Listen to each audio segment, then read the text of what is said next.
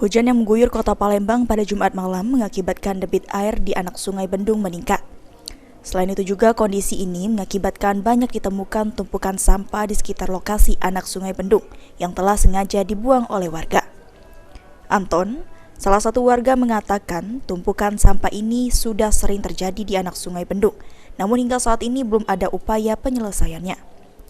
Ditambahkan oleh Anton, banyaknya sampah di sungai Bendung cukup mengganggu aktivitas warga karena aroma yang tidak sedap dikeluarkan dari sampah tersebut. Serta saat banjir, tumpukan sampah kerap kali terbawa arus hingga masuk ke rumah warga.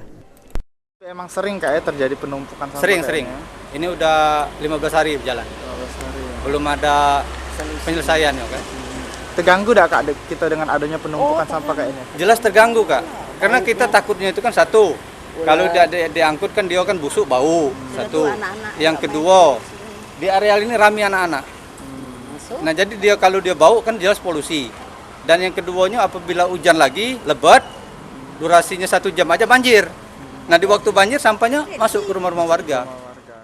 Dengan kondisi ini, pengawas sungai Dinas PUPR Palembang yang ditemui di lokasi mengatakan pihaknya berharap ada kesadaran dari warga untuk tidak lagi membuang sampah di sekitaran lokasi anak sungai Bendung, sehingga nantinya tidak lagi menimbulkan banjir.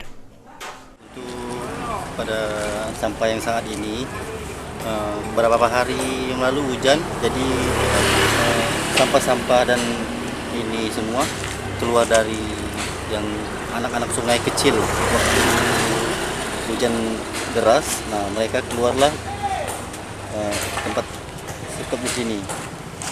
Jadi terjadi pertumpukan seperti ini. Eki Saputra, PAL TV.